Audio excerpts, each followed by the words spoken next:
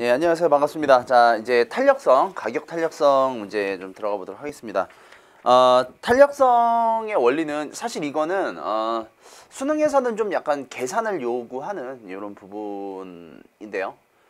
지금 여러분들이 뭐 준비하는 공무원 시험 쪽에서는 뭐 이렇게 굳이 뭐랄까 어렵게 계산을 뭐 다 할 필요는 없을 것 같습니다. 또 모르죠. 이게 또 문제가 또 어떻게 출제될지 모르지만 기존의 출제 어떤 패턴으로 미뤄보건대 뭐 이렇게 복잡하게 계산하는 건 나오지 않고 대략 원리적인 측면, 그러니까 쉽게 말해서 이 공식 자체를 좀 이해하고 있는가를 물어볼 수 있습니다. 그런 물어볼 가능성이 크죠. 그래서 탄력성이라고 하는 걸 너무 복잡하게 생각하지 마시고요. 말 그대로 가격이 변화할 때 중요한 건 독립변수가 가격이에요. 가격이 독립변수입니다. 가격이 변화했을 때 수요 또는 공급이 어떻게 변하는가, 이제 그게 탄력성이 크다, 작다, 뭐 이렇게 표현을 하죠. 쉽게 말해서 아주 진짜 쉽게 얘기해서 기업이 이 자기네가 판매하고 있는 재화나 서비스를 가격 정책을 펼칠 때 가격을 올릴 거냐 내릴 거냐를 결정할 때 이 탄력성을 따지고 본다라고 보시면 됩니다. 그러니까 쉽게 말해서 가격을 10% 낮췄는데 수요량이 10% 이상은 늘어야 될 거 아니에요, 그죠? 가격을 떨어뜨렸으니까, 맞죠?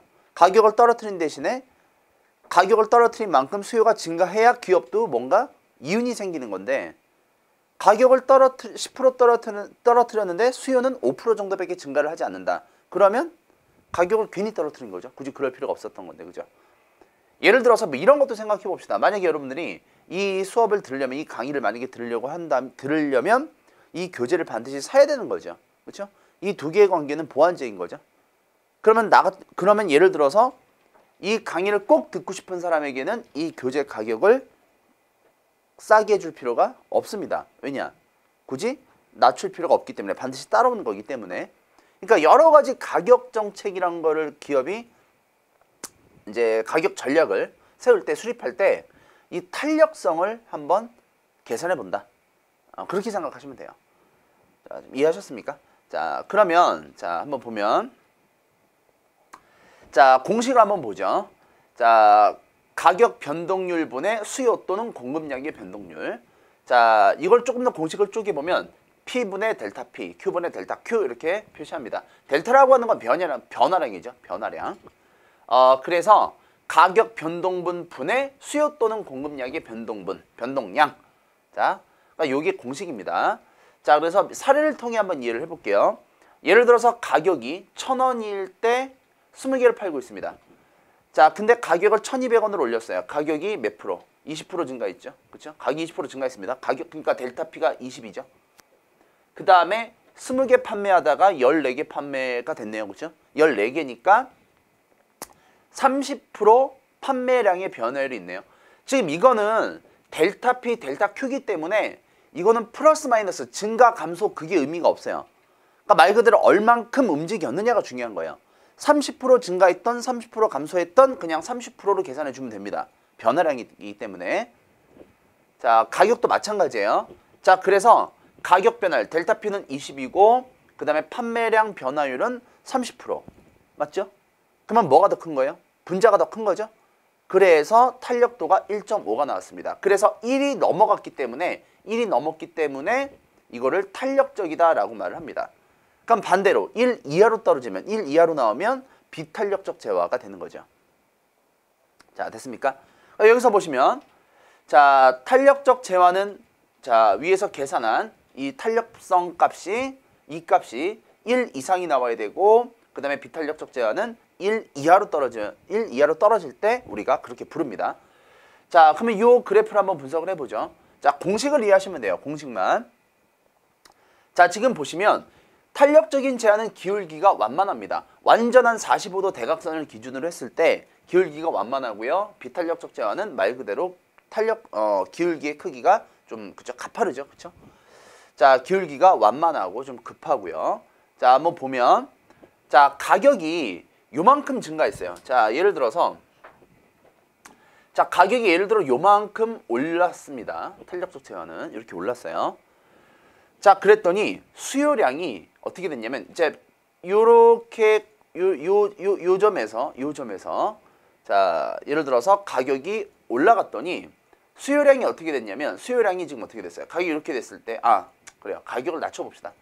자, 가격 낮춰 보겠습니다. 자, 다시 좀 이해를 돕기 위해서 자, 가격을 이렇게 낮춰 볼게요. 좀 낮춰 보면 자, 요만큼 대략 눈으로 보이시죠? 그랬더니 수요량이 얼만큼 증가를 했냐면 자, 원래 이렇게 됐던 점에서 가격을 요만큼 낮췄더니 자, 수요량이 이렇게 증가합니다. 자, 지금 감이 안 나요? 지금 가격, 자, 그럼 한번 비교를 해볼게요. 자, 비교해 볼게. 자, 요 A는 뭐냐면 요 A의 면적은 가격을 떨어뜨렸기 때문에 잃게 되는 판매량의 총량입니다. 판매 총량이에요. 그러니까 요만큼을 잃어버린 거예요. 대신에 얼만큼을 얻어냈냐면 이만큼을 얻어냈습니다. 자, 그러니까 기업의 입장에서는 가격을 낮췄지만 A만큼 낮춰서 A만큼 손해를 좀 봤지만 B만큼의 수요를 확보할 수 있기 때문에 기업의 입장에서 최종적으로는 이익이 되는 거죠. 그래서 기업의 총 판매 수입이 B 면적만큼 증가한다. 이렇게 되는 거죠. 그러니까 이런 재화가 뭐가 있냐는 거예요. 이런 재화. 자, 이런 재화가 표시를 잘못했군요. 자, 이거죠. 판매 수입이 A 요만큼 이제 자, 이렇게 증가한다. 이렇게 가격을 내렸을 때 그래서 총 판매 수입이 자, 이렇게 증가했다. 그럼 이런 재화가 어디 있느냐? 자, 어떤 종류가 있느냐라고 했을 때 자, 보통 탄력적 재화는요. 사치품들에서 좀 이런 경향이 좀 발견이 됩니다. 사치품은 여러분들이 오해하기 쉬운데 경제에서는 생필품의 반대면 다 사치품이에요.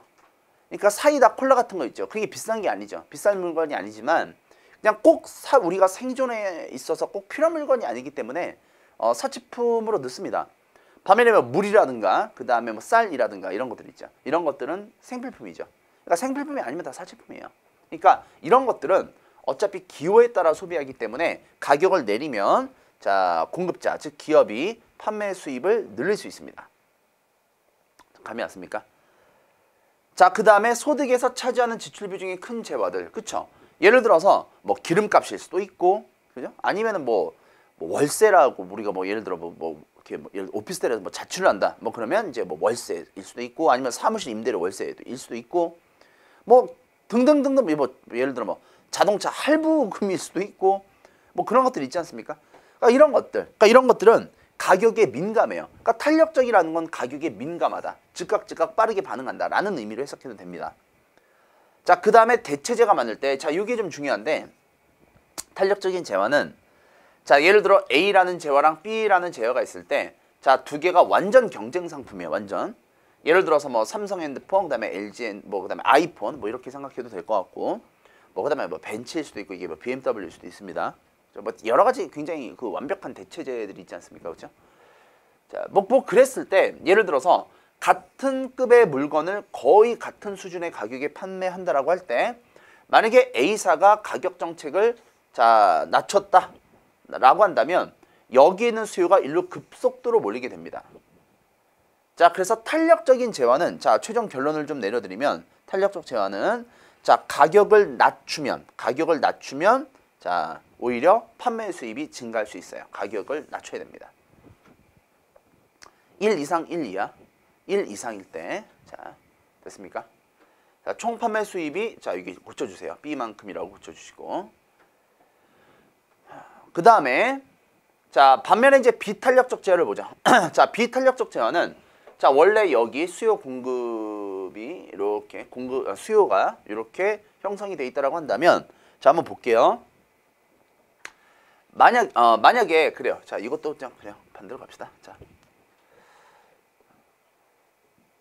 보면 자, 예를 들어서 이렇게 형성이 되어 있습니다.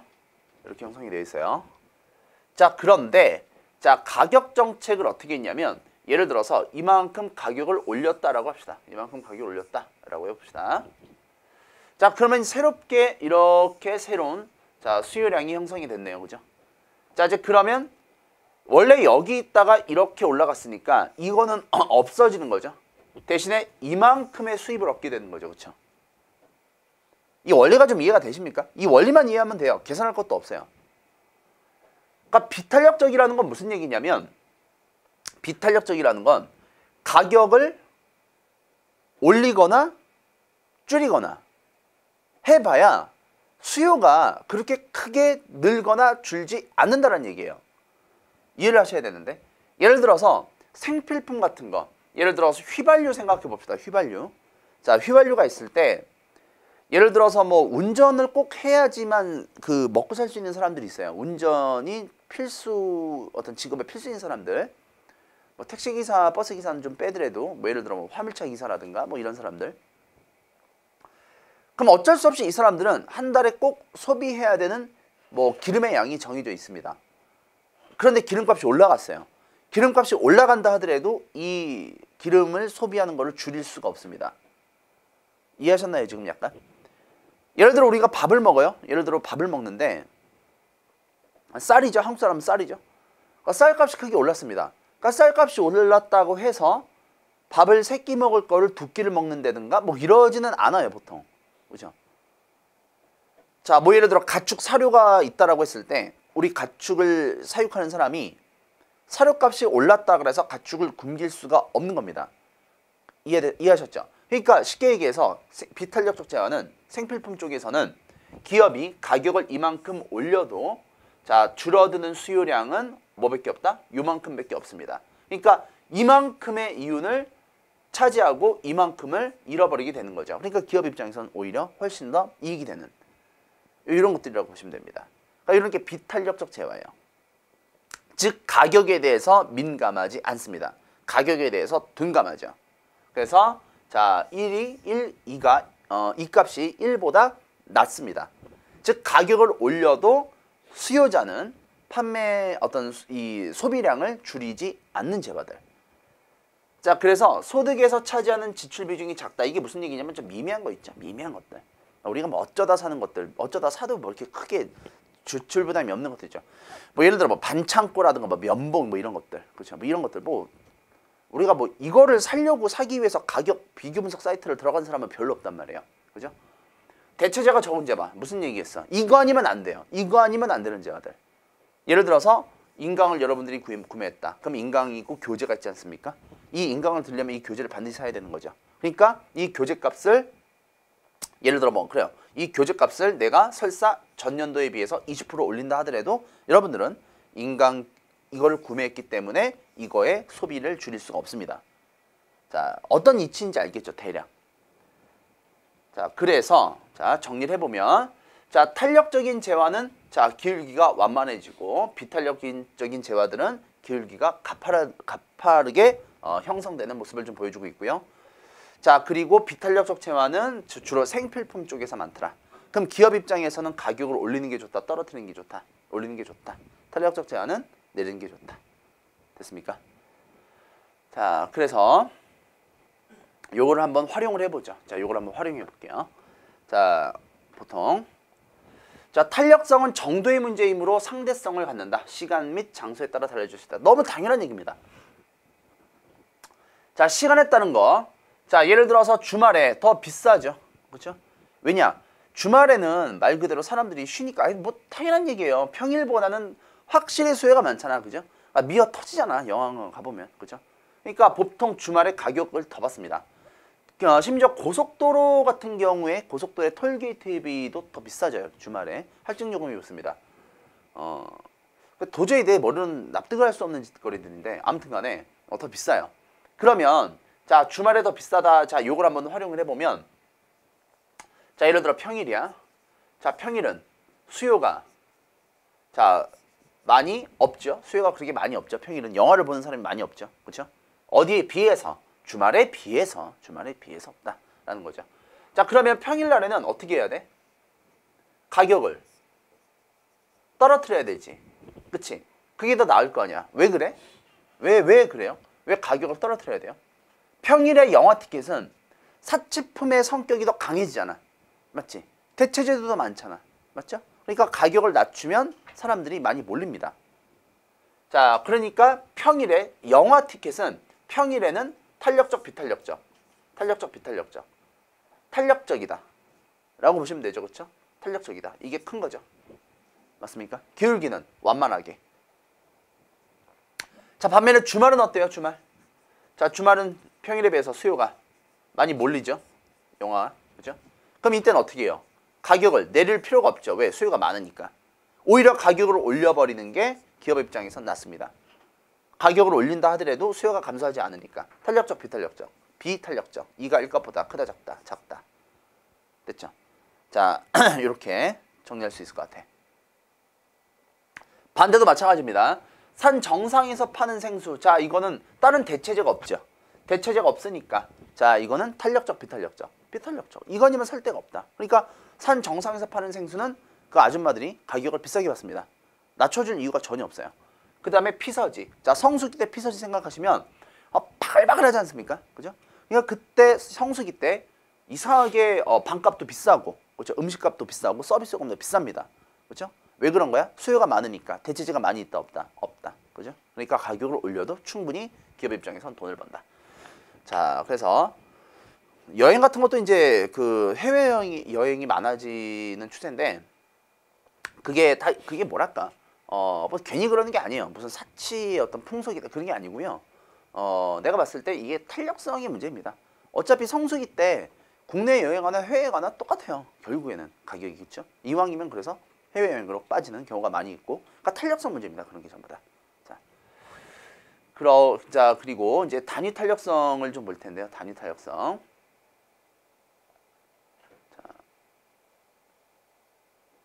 자, 한번 보면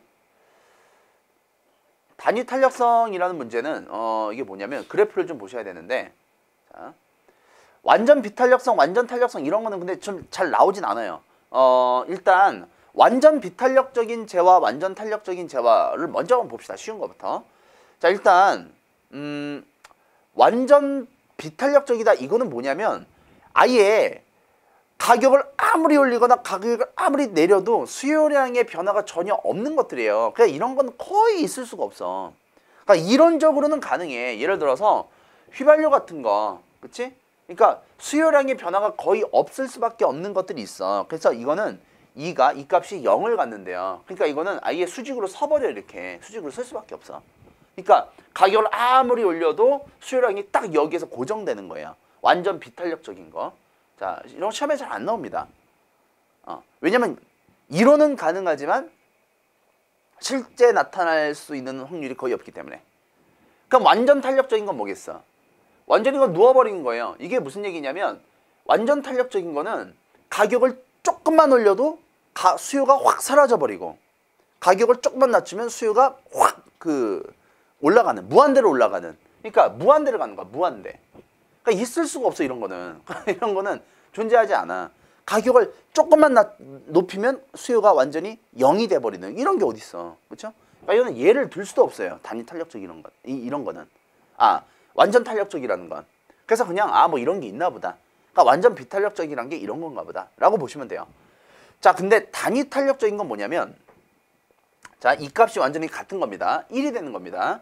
자, 무슨 말이냐면 여기서 자, 가격 변동률 델타 P와 델타 Q가 같이 떨어질 때요. 자, 그래서 완전 단위 탄력적인 재화는 자, 완전한 45도 대각선을 보여줍니다. 즉 가격이 20% 감소하면 수요도 20%, 가격이 10%, 그 다음에 수요도 10%. 그러니까 델타 P가 10이면 자, 델타 Q도 10. 그 다음에 델타 P가 20이면 델타 Q도 20. 이렇게 단위 탄력적인 재화들입니다. 자, 그래서 자, 요 두 개는 여러분들이 좀 머릿속에 좀 이런 이론적으로 이게 가능하구나라고 공식을 좀 이해를 해주시면 되고, 자, 교차 탄력성이라고 있는 요거는요. 만약에 시험 문제가 난이도가 좀 높게 나온다면, 자, 요게 조금 출제될 확률이 좀 있다라고 보여집니다. 자, 한번 보죠. 자, 보시면 어떤 재화들 간의 탄력성의 관계를 대체제와 보완제를 통해 파악할 수 있다라고 되어 있는데, 자, 한번 대체제랑 보완제 관계를 한번 설정을 해볼게요. 자, 일단 대체제가 볼까요? 대체제를 합시다. 자, 예를 들어서 자, X와 Y의 재화가 있습니다. X제와 Y 재화가 있어요. 자, 그런데 Y 재화가 두 개는 대체 관계인데 Y 상품이 가격이 예를 들어 10% 올라갔습니다. 이런저런 뭐 원가 상승의 압박과 무슨 이유로 인해서 가격을 부득이하게 10% 올렸어요. 10% 올렸더니 당연히 Y재에 대한 수요가 줄어들겠죠. Y재에 대한 수요가 줄어들면서 그 줄어든 수요가 전부 다 어디로 간다? X재, 라이벌인 X재로 가버린다 라는 얘기입니다. 그러니까 이걸 우리가 교차 탄력성이라고 불러요. 반대도 마찬가지입니다. 반대도 만약에 Y재가 가격을 낮췄더니 수요가 증가하겠죠. 그렇죠? 그랬더니 라이벌인 X재의 수요층이 Y재로 옮겨가더라. 이런 거죠. 이해됐습니까? 그러니까 예를 들어 BMW가 갑자기 프로모션 행사를 굉장히 강하게 해줬다. 그랬더니 벤츠를 사고 싶었던 수요층이 일부 BMW로 갈 수밖에 없죠. 이런 것들이죠. 자, 그래서 대치재와 보완재의 관계가 자 이렇게 교차 탄력성의 관계. 자, 만약에 선생님 이거면 그러면 보완재는 어떻게 됩니까? 라고 이제 물어볼 수도 있는데 보완재 경우도 마찬가지예요. X와 Y를 보완재라고 해봅시다. X가 핸드폰, Y가 핸드폰 껍데기, 액세서리. 자, 그러면 X재의 가격, 즉 예를 들어 뭐 핸드폰, 스마트폰의 가격이 떨어졌어요. 떨어지게 되면 당연히 Y재, 보완재잖아. 그럼 얘의 수요도 같이 떨어지겠지, 그치? 그러니까 얘네들은 같이 가는 관계니까 되게 쉬워요. X재의 가격을 20% 낮췄다. 20% 낮췄더니 자 Y재, 껍데기, 핸드폰 껍데기의 수요가 20% 증가했다. 이러면 이제 교차 탄력적인 거죠. 괜찮습니까? 반대도 마찬가지예요. 반대의 경우 핸드폰 X재 가격이 올랐다. 10% 올랐다. 그랬더니 이 Y재의 수요가 예를 들어 15% 이상 감소했다. 그러면 이거는 교차 탄력적인 건가요? 아니, 교차 탄력적이지 않죠. 두 개가 일치해야 교차 탄력적인 거니까. 그렇죠? 자, 그래서 그런 개념이 여기에 있다라고 이제 보시면 되겠습니다. 자, 그래서 넘어가 보면 자, 요거 노동시장과 탄력성 한번 읽어보시고요. 자, 난이도가 좀 있는데 자, 요거 한번 그냥 읽어보십시오. 자, 그러면 이제 공급 얘기로 가볼게요. 우리가 이제 공급. 자, 공급. 자, 공급의 탄력성 문제는 조금 개념이 수요랑 조금 다릅니다. 자, 말 그대로 공급의 탄력성 문제는 말 그대로 얼마나 시장 수요에 따라서 공급량을 탄력적으로 늘려줄 수 있느냐, 줄일 수 있느냐, 그 문제예요. 그러니까 줄일 수 있느냐는 별로 문제가 될 게 없고요.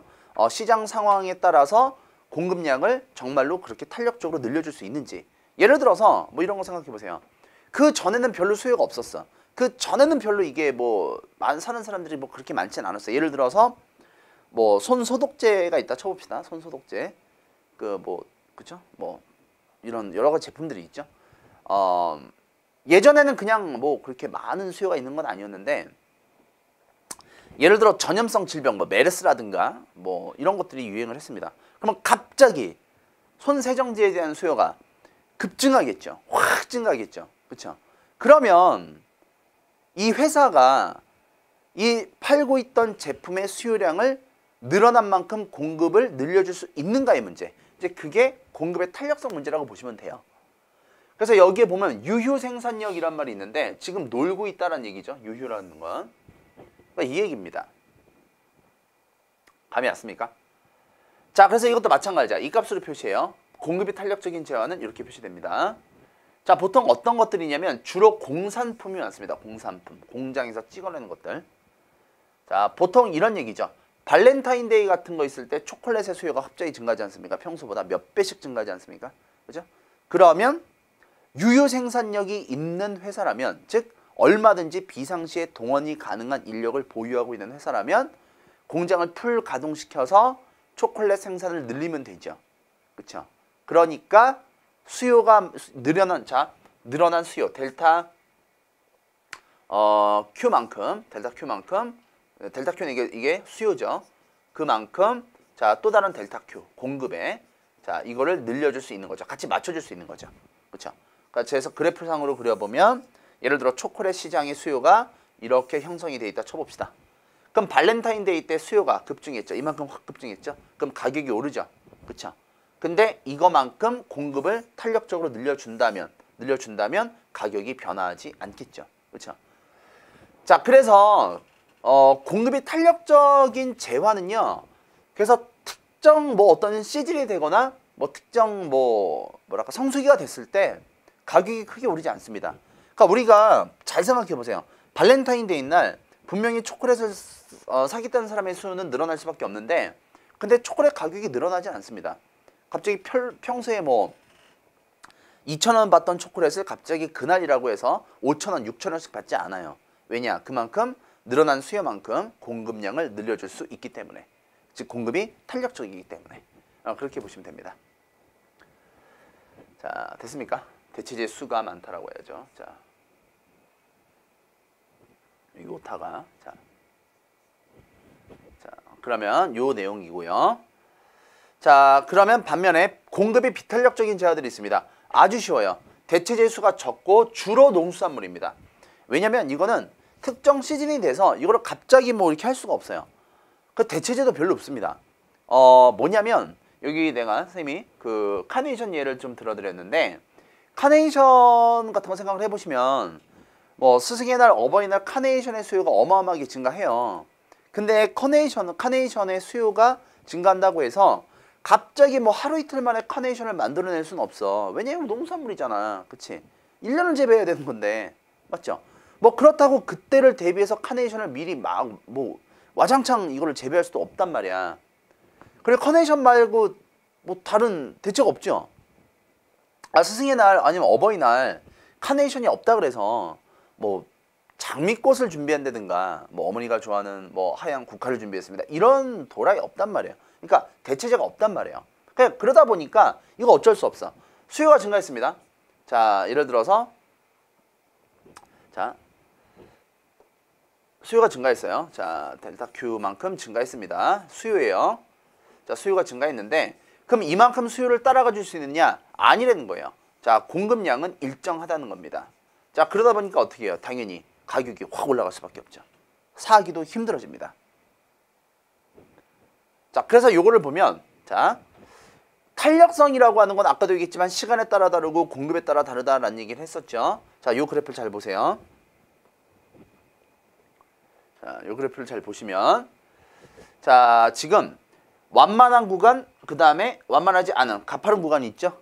자, 그러면 완만한 A 구간은 탄력적, 비탄력적, 탄력적. 이때는 비탄력적. 자, 보시면 자, 예를 들어서 수요량이 요만큼 증가했습니다. 요만큼 증가했어요. 그죠? 자, 그래서 가격을 보시면 가격이 크게 오르지 않았죠. 자, 즉 수요 증가량보다 가격 증가량이 적죠. 그죠? 반면에 비탄력적인 구간 보세요. 자, 수요량이 늘었죠. 조금만 늘어도 가격이 확 뛰죠. 그렇죠? 자, 그래서 A 구간과 B 구간의 차이를 좀 보시면 자, 델타 P보다 델타 Q가 더 커서 공급이 탄력적이다. 그러니까 공급량을 언제든지 자유롭게 조절할 수 있는. 자, 만약에 뭐 수요가 늘어났다. 그러면 뭐 기계를 돌려서 뭐 더 찍으면 되는. 그죠? 반면에 B 구간은 완만하지 못하죠. 가파르죠? 자, 델타 P는 이만큼인데 델타 Q는 이만큼이에요. 그죠? 그러니까 이때는 공급이 원만하지 않은 비탄력적인 구간입니다. 자, 그래서 공급의 탄력성은 결국에 수요의 탄력성과는 조금 다르다. 그러나 표현되는 공식은 똑같다. 이보다 크냐 작으냐, 길기가 가파르냐 완만하냐 가파르냐. 이렇게 정리를 좀 해보시면 될 것 같습니다. 자, 그래서 우리가 이제 대략 탄력성의 문제를 좀 다 봤고요. 자, 이제 우리가 시장의 기능 요 문제를 좀 가져야 되는데, 자, 시장의 기능 교환 기능에서부터 뭐 시장 실패까지 쭉쭉쭉 있습니다. 정부 실패도 있고요. 자, 그럼 우리 이제 기출 문제 한번 풀어보죠. 그래도 한번. 자, 476쪽 한번 가보겠습니다.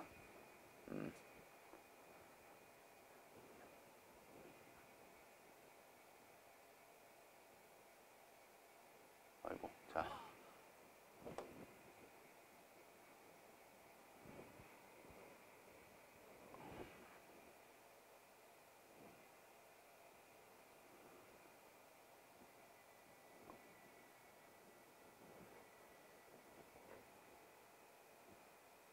너무 자. 자, 1번. 1번으로 가야 되는데. 자.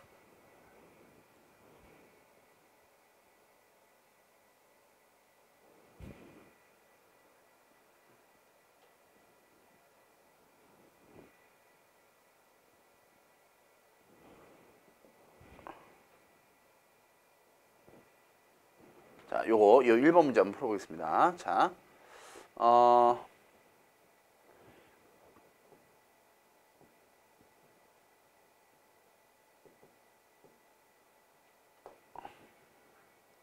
자, 1번. 자, 문제 풀기 힘드네요. 자, 탄력성에 대한 기업과 니은의 생각을 나타낸 그래프로 바르게 짝지어진 것은 다른 조건은 일정하다.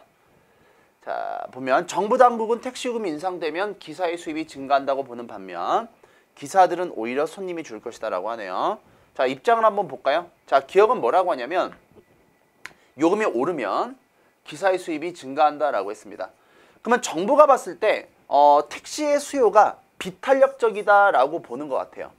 그렇죠? 가격 올리면 니네가 더 좋은 거야 라고 그렇게 말을 하는 것 같아요. 반면에 니은, 택시기사들은 반대랍니다. 택시의 요금이 인상되면 오히려 수입이 감소할 것이다. 그러니까 택시기사들은 자, 택시 수요가 탄력적이다라고 보는 것 같아요. 그렇죠?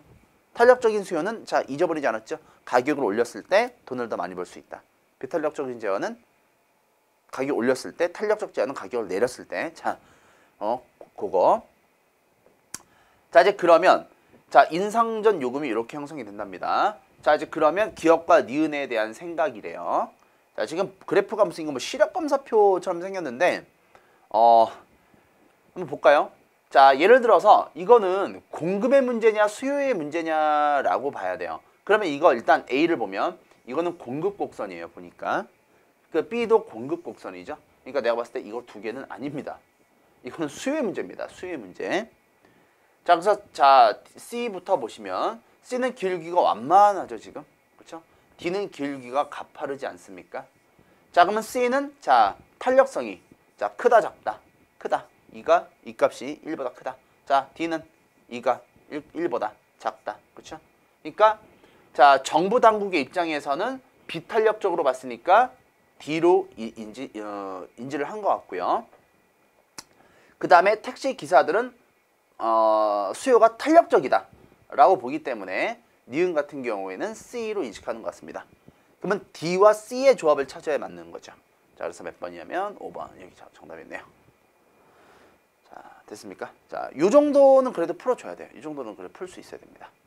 자, 그 다음에 자, 노동의 문제. 아까 내가 한번 읽어보라는 얘기만 해드렸는데 자, 볼까요? 자, 지금 노동시장은 균형 상태랍니다. 지금 균형 상태라는 말은 뭐냐면 자, 지금 수요와 지금 공급이 정상적으로 잘 일치하고 있다 그 얘기예요. 이렇게. 자, 그런데 알바하면 시간당 3,000원의 임금을 받는답니다. 이거 뭐 언제적 거야? 그죠? 3,000원이면 이제 3,000원이면요 거의 뭐 20년 전이에요. 거의. 자, 너무 낮다는 여론에 따라 최저시급을 3,300원으로 올리고자 한다. 자, 예를 들어서 지금 이게 얼마냐면 3,000원이라고 해봅시다. 3,000원. 이 균형 상태라 했으니까. 근데 너무 낮아서 3,300원으로 올리겠다라는 얘기를 했어. 그지? 이렇게 된 거야. 이게 최저시급이 되는 거죠. 자, 그러면 어떻게 돼요? 노동시장에서 초과 공급이 생겨나죠. 초과 공급. 자, 그럼 기억. 고용량이 변하지 않을 것이다. 자, 어떤가요? 자, 근데 봤더니 뭐 어떤 단서가 있냐면 노동에 대한 수요는 임금에 대해 완전 비탄력적이다. 완전 비탄력적이라는 건 가격을 어떻게 하든지 간에 완전히 정해져 있다. 고정돼 있다 이런 얘기죠. 그렇죠? 그러면 이 단서를 반영했을 때는 자, 이렇게 되겠네. 이 단서를 반영했더니 자, 노동의 수요는 어디야? 기업이야, 가게야? 기업이죠. 그렇죠? 기업이죠. 자, 그래서 노동의 수요는 이만큼이고요. 노동의 공급이 이렇게 형성돼 있고 지금 현재 가격이 이렇게 형성돼 있는 겁니다. 그럼 이 그래프가 딱 적용이 되겠네요. 그러니까 고용량이 변하지 않죠. 왜냐? 비탄력적이니까. 그 다음에 편의점의 판매량이 감소할 것이다 라고 했습니다. 판매량이 감소한다. 이거는 그렇죠? 지금 노동 얘기하고 있는데 노동에 대한 초과 수요가 발생합니까? 초과 공급이 발생하는 거죠. 그렇죠? 자, 그럼 여기서 지금 보세요. 여기서 보세요. 자, 지금 이게 3,000원이에요. 근데 3,300원을 올린다고 해봅시다. 그럼 초과 공급이죠. 그렇죠? 자, 그러면 정부가 의도한 정책 효과가 나타나겠지. 왜? 완전 비탄력적이잖아. 그렇죠? 고용을 줄일 수가 없죠. 자, 그래서 기업과 리을로 잡으시면 되겠습니다. 3번이네요. 이렇게 뭐 탄력성은 뭐 요 정도로 한번 보시면 되겠습니다. 자, 이렇게. 그다음에 18번까지 한번 풀어볼까요? 8번? 8번 한번 풀어볼까요? 자, A 아까 우리가 봤던 문제입니다. 적용 한번 해볼게요. A는 공급이 탄력적인 구간, B는 비탄력적인 구간. 자, 기억은 자 유효 생산 능력을 보유할 때 나타난다. 자, A는 지금 탄력적인 구간이니까 맞죠? 그다음에 생산량을 자유롭게 조절할 수 있을 때 똑같은 얘기잖아. 기업과 니은은 지금 똑같은 얘기잖아. 그지? 맞죠? 그 다음에 B는 단기간에 생산할 수 없는 제어지. 왜냐면 이거는 아까 카네이션 같은 거 생각하면 주면 된다 그랬죠. 농수산물이라든가 대체재가 없는 것들. 그러니까 이런 것들은 단기간에 생산이 안 되니까 가격이 많이 오를 수밖에 없습니다. 수요가 증가할 때는. 왜냐면 수요가 증가한 만큼 공급을 맞춰주지 못하기 때문이에요. 자, 생산에 따른 추가 비용이 크다면 자, B보다 A가 나타난다라고 했는데 말이 안 되지. 생산에 따른 추가 비용이 크대. 그럼 생산에 따른 추가 비용이 크면 공급이 비탄력적이란 얘기 아니야. 맞잖아. 비탄력적이다. 그러면 B보다 A가 나타나? 아니지. B가 나타나는 거지. B가 지금 기울기가 가파르잖아요. 그죠? 그러니까 비탄력적이죠. 그럼 정답은 기억과 니은밖에 없죠. 몇 번입니까? 1번이 되겠습니다. 그래서 이렇게 한번 보시고 자, 그러면 우리 이제 앞으로 도로 이제 백해서 시장의 얘기를 좀 해줄 텐데 자, 시장은 다른 거 없고요. 뭐 465쪽 요걸 좀 보고 자, 중요한 내용만 좀 해드릴게요. 중요한 내용만. 자, 중요한 내용만 좀 보겠습니다. 그 다음에 좀 자세한 내용은 자, 좀 다음 시간에 좀 보는 걸로 하고요. 자, 일단 여기 있는 내용 있잖아. 여기 있는 내용. 자, 그 다음에 여기 있는 내용. 자, 그냥 이 그래프 하나로 딱 그냥 설명을 해드릴게요. 자, 그냥 이 그래프만 여러분들 잘 보시면 됩니다. 자, 기본적으로 시장은 왜 효율적이냐 이런 말을 했을 때 자, 왜 아담 스미스가 쓴 책이 뭐예요? 아담 스미스가 쓴 책이 국부론이죠. 국부론의 그 유명한 구절이 바로 보이지 않는 손이죠. 그러니까 보이지 않는 손이란 단어는 이 국부론 전체에서 하나밖에 안 나옵니다. 딱 한 번 나와요. 아, 이거는 저서는 맞는데 뭐 그렇게 막 두꺼운 책이 아니고요. 되게 얇은 논문 같은 거예요. 사실 논문 거기서 시작됐습니다. 그래서 물론 이게 처음에는 그렇게 시작했지만 이게 추가 수정 보완되면서 좀 커졌는데 자, 어쨌거나 저쨌거나 자, 이 국부론에서 지금 어떤 시장에 대한 얘기를 해주고 있습니다. 자, 어떤 내용인지 한번 볼게요. 자, 예를 들어서 사고 싶은 사람, 수요자죠. 수요자. 자, 이 사려고 하는 사람은 가격을 어디까지 지불할 용의가 있냐면 여기까지 지불할 용의가 있어요. 근데 반면에 공급자는 최소한 어디까지 받아야 되냐면 여기까지는 최소한 받아야 됩니다. 여기서부터는. 여기 밑으로 떨어지면 적자예요. 이해할 수 있습니까? 그러니까 이거는 이 지점은 공급자가 받아야 될 최소의 가격이고 이거는 수요자가 지불할 수 있는 최대 가격이라고 보시면 되는데 봐봐. 수요와 공급이 여기서 균형 가격과 균형 거래량이 결정이 됐습니다. 자, 그러면 요 이치예요. 자, 수요자는 여기까지 줄 용의가 있는데 여기에서 거래되니까 이만큼의 이익을 보죠. 가격을 싸게 샀으니까. 그러니까 요 A 구간을 뭐라고 하냐면 누가 이익을 봤어? 수요자가 이익을 받죠. 이른바 소비자가 이익을 받죠. 그러니까 소비자 잉여 구간이라고 해요. 반대로 자, 공급자는 최소 이만큼을 받아야 되는데 여기 이만큼을 받았으니까 이만큼의 뭐야? 수입을 올린 거죠. 아, 그렇잖아. 이만큼은 받아야 되는데 여기까지 준다니까 얼마나 좋은 일이에요. 그죠? 그러니까 이 구간을 뭐라고 하냐면 판매자, 공급자, 그러니까 생산자가 잉여를 보는, 이익을 보는 구간이기 때문에 생산자 잉여 이렇게 부릅니다. 그러니까 A와 B를 합치면 생산자와 소비자가 둘 다 모두 이익을 보는, 즉 잉여가 극대화된 구간이 되는 거죠. 됐습니까? 자, 그래서 시장에서의 어떤 교환 이런 것들은 굉장히 자원의 배분이 가장 효율적으로 이루어진다라고 그렇게 우리가 평가를 하죠. 자, 그래서 자, 특화와 분업이니 이런 말이 나오는데 자, 뭐 요거는 그냥 한번 읽어보십시오. 읽어보시고요. 특화와 분업 얘기는 뒤에 가서 무역 파트 나올 때 그때 한 번 더 해드리겠습니다. 자, 그러면 이게 결국에 시장 가격에서 자, 어떤 것들이 있느냐라고 한다면 자, 3번을 보시면 돼요. 자, 시장 가격은 자, 예를 들어서 신호등이 역할을 한다라는 얘기가 나오는데 신호등이 뭐예요?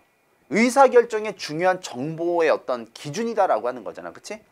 예를 들어서 초과 수요가 있으면 가격이 오르죠. 그럼 기본적으로 생산량을 늘릴 겁니다. 기업 입장에선. 그쵸? 그러면 다시 어떻게 돼요? 소비가 감소하죠. 상대적으로 감소할 수밖에 없죠. 그쵸? 그럼 초과 수요가 떨어질 수밖에 없습니다. 해소됩니다. 그 다음에 초과 공급이 일어났습니다. 공장의 창고에 팔 물건은 이렇게 쌓였는데 수요는 이렇게밖에 없어요. 그럼 가격이 떨어지겠죠. 그리고 기업은 생산량을 떨어뜨리겠죠. 그러면 가격이 떨어졌으니까 다시 사는 사람들은 또 수요층이 증가하겠죠. 그렇죠? 그러다 보면 초과 공급이 해소가 되는. 그러니까 이 지금 1번, 2번에서 써놓은 내용은 뭐냐면 이거는 일종의 시장의 어떤 순기능을 선생님이 제가 설명을 해드린 거예요. 순기능. 그러니까 물론 역기능도 있지. 역기능도 있죠. 자, 그러니까 말 그대로 생산자나 소비자나 자기의 의사를 결정할 때 시장 가격을 참고해서 결정한다라는 얘기를 하고 싶은 겁니다. 됐죠? 자, 그런데 자, 요 한계도 있어요. 한계. 자, 효율성 말고 다른 것을 보장할 수 없다는 얘기가 나오고요. 그 다음에 시장 실패의 문제가 나올 텐데, 자, 시장 실패는 이제 다음 시간에 설명을 해드리겠습니다. 자, 그리고 또 하나 여기다 추가를 해봅시다. 또 하나 추가를 좀 해보시면 이 시장 가격의 이 시장의 원리는 모든 인간이 효율적인 의사결정을 한다는 걸 전제로 해요. 그런데 미안하게도 모든 인간이 효율적이진 않지. 잘 생각해봐요. 여러분들이 물건 살 때 효율적이에요? 합리적으로 의사결정을 합니까? 잘 생각해보세요. 되게 웃긴 거예요. 내가 뭔가 물건을 살 때 필요 없는데도 사잖아. 그치? 또 이런 거 생각해봐. 내가 물건을 싸게 샀다라고 생각하지만 그게 싸게 산 게 아닐 수도 있죠. 왜냐면 정보의 비대칭 때문이야. 이 사람이 싸게 준다라고 했지만 그게 싸게 진짜 줬는지 안 줬는지 우리는 알 수가 있다 없다? 없다. 그쵸? 그러니까 어떤 시장 가격 기구에서 전제 조건이 방금 얘기했지만 이 전제 조건은 자, 모든 사람은 어떤 존재다? 합리적인 존재이다. 라는 걸 전제로 해야 되는데 그렇지 않은 경우들이 있더라는 거예요. 이해하셨습니까? 자, 그래서 시장 가격을 보완하기 위해서 시장 기능, 즉 시장 가격이 완벽히 효율적이다라고 말할 수 없기 때문에 우리가 저번 시간에 살짝 배웠던 최고 가격제, 최저 가격제라는 게 존재합니다. 자, 그래서 가격이 떨어질 것을 대비해서 아니면 가격이 오를 것을 대비해서 아파트 같은 경우에는 최고 가격제 뭐겠어요? 이거 이상으로는 받지 말라는 거죠. 가격이 오를 것을 대비한 것이고 최저 가격제는 반대로 가격이 더 떨어지는 것을 막기 위한 거죠. 그래서 최고 가격제는 더 이상 오르지 못하게 막는 거니까 누구를 보호한다? 수요자를 보호한다. 최저 가격제는 더 떨어지는 걸 막아야 되니까 떨어져서 손해보는 사람이 누구예요? 공급자죠. 그러니까 공급자를 보호하려는 목적을 갖고 있다. 이렇게 보시면 되겠습니다. 자, 그래서 시장은 여기에 뭐 어떤 여러 가지 종류가 있는데 경쟁 시장이냐 아니냐를 가지고 이렇게 또 나눌 수 있습니다. 자, 그래서 요 얘기는 다음 시간에 시장의 종류 얘기는 다음 시간에 강의를 하는 걸로 하겠습니다. 자, 그래서 요 문제도요. 같이 시장에 대한 문제도 같이 한번 다음 시간에 같이 몰아서 풀어볼게요. 자, 여러분들 웬만하면 좀 영광에서 들으시고 다음 강의에서 뵙도록 하겠습니다.